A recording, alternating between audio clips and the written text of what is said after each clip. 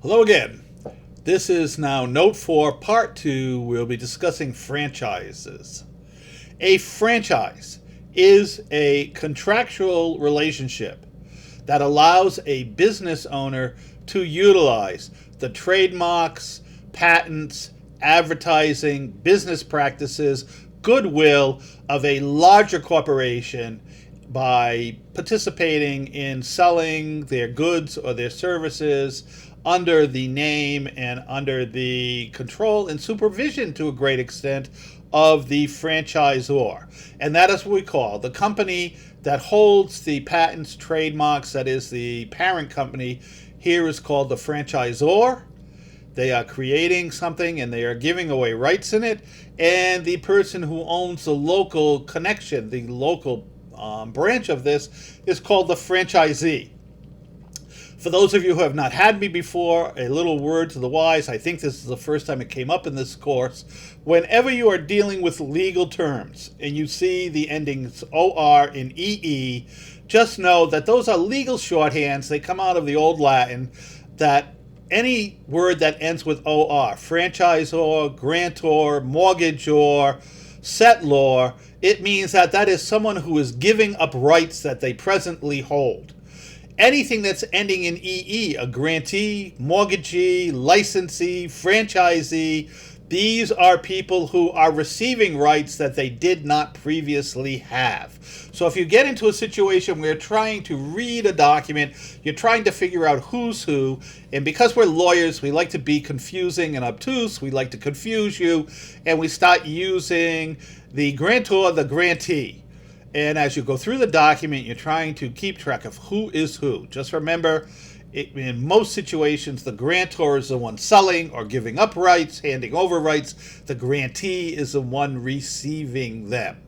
That will help you clarify a whole host of things that come up in legal documents. So here, again, the franchisor is the parent company that is allowing the franchisee, the smaller local company, to share in the advertising, goodwill, trademark, copyrights, business practices, and very often the supply contracts of the franchisor.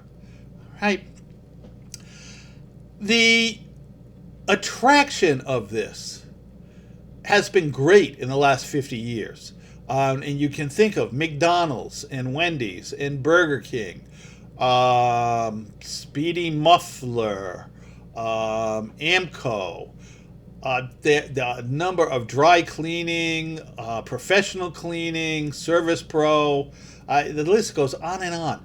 There are thousands of franchises. Dunkin' Donuts, Domino's Pizza,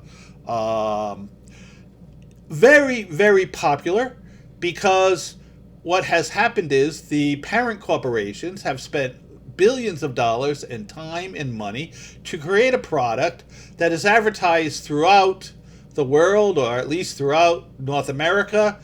People become used to that product. They like that product.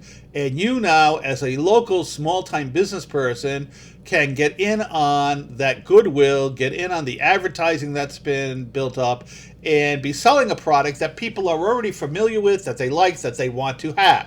So it is a very, very highly sought-after thing to be able to obtain a franchise.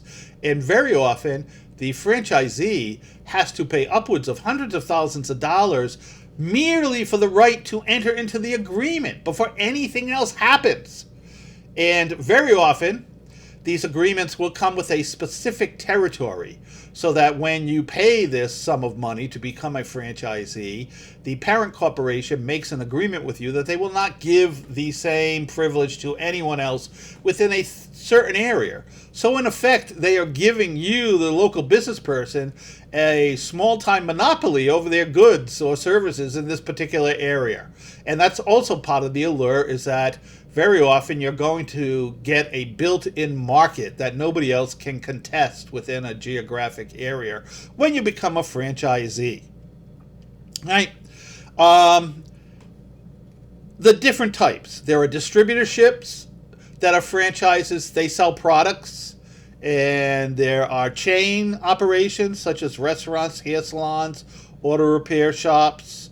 There are manufacturing franchises where they give you the license and the plans and the diagrams and the patents to make their goods in various places and then sell them to third parties. Right?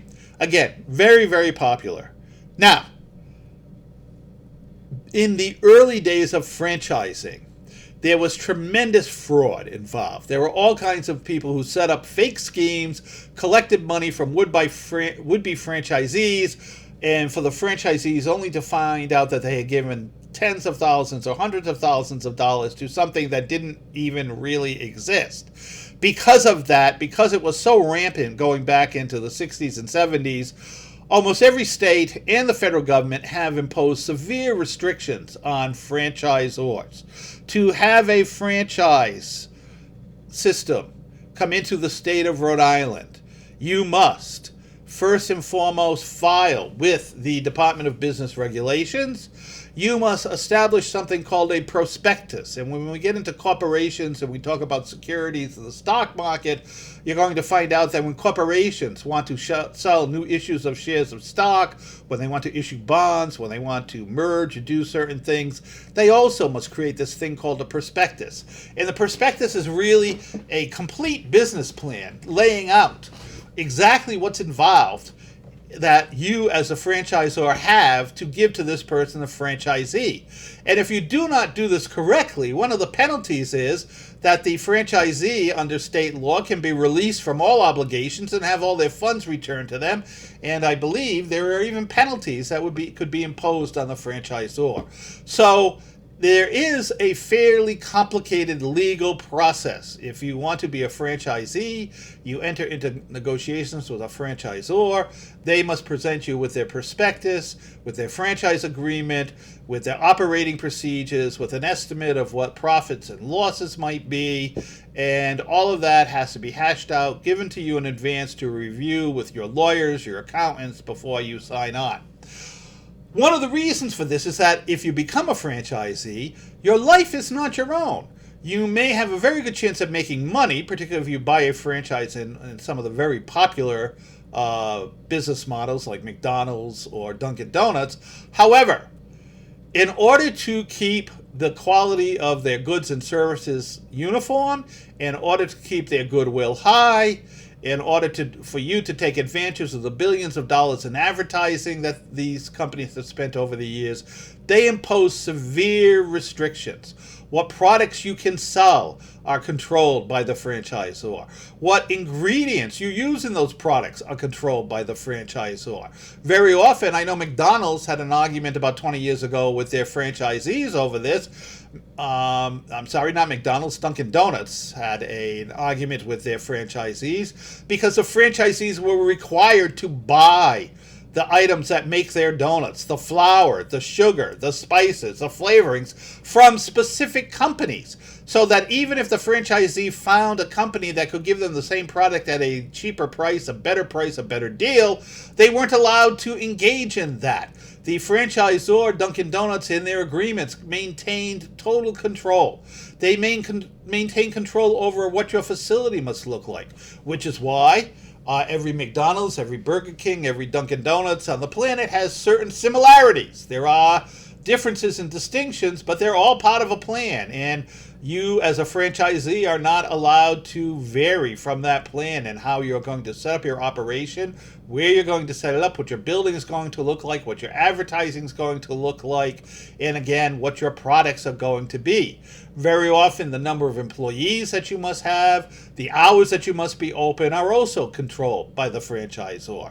So, while it can be a very good deal for the franchisee to enter into this type of agreement to take advantage of the goodwill and the advertising that the franchisor can give to them, they are giving up a great deal of freedom in their business practices, and they're going to have to strictly maintain business practices that are regulated by the franchisor. And the franchisor will inspect. They will send out people, sometimes secretly, to check, to see that standards are being maintained.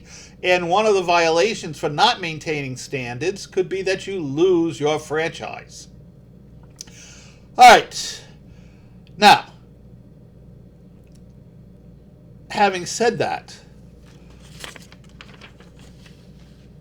how does one go about setting up a franchise?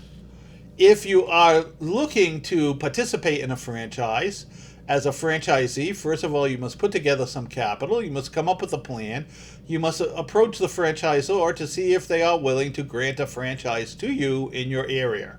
And again, there will be a fairly long negotiation process, and part of it will involve your being able to show that, yes, you can create a business building facility, you can hire employees, you have financial backing that will allow you to do your end of things, and that you are agreeable to handling and doing and going forward based on what the franchisor tells you to do.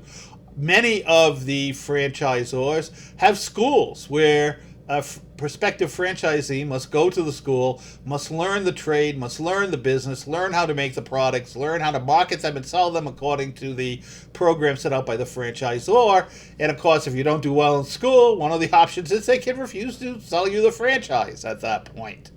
If you want to create a franchise and be a franchisor, as we said, there are very specific steps both on the federal level and the state level. It's very much like setting up a corporation and looking to sell shares of stock on the open markets. You must go through the Federal Trade Commission on the federal level and the Department of Business Regulations of the various states. There are filings that you must do. There are prospectuses that you must write. There's information that you must provide before you'll be granted the right to run or bring your franchise into the particular state. So they are complicated. In reality, we could teach an entire course just on this subject, but they are a very popular way of doing businesses at this point in time.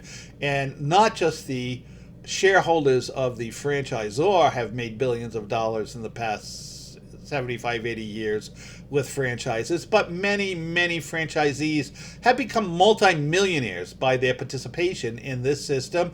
And certainly the American public have gotten used to the system in such a way that they almost rely on this type of thing.